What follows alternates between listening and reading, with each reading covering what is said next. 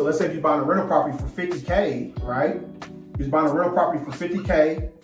And let's say on that rental property, you paid $50,000 in cash for it.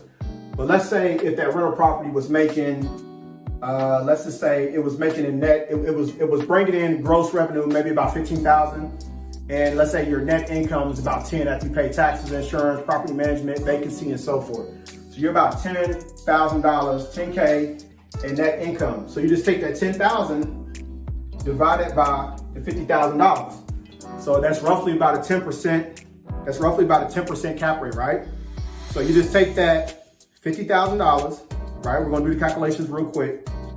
So you take the $50,000. So you take the $10,000 first, and then you divide that by 50,000. I think it's 10%. So no, 20%. I'm sorry, my numbers are wrong. But you're looking at about a 20% return. 20% return on that $50,000. So what does that mean? So that means in $10,000 you're gonna be making in net income, times that by 5. So that means in 5 years, you will basically have the property paid off in 5 years. Because if you take the 10,000 times 5, you'll have the property paid off in 5 years. So that means all your chips are off the table of $50,000 cash that you put into this property.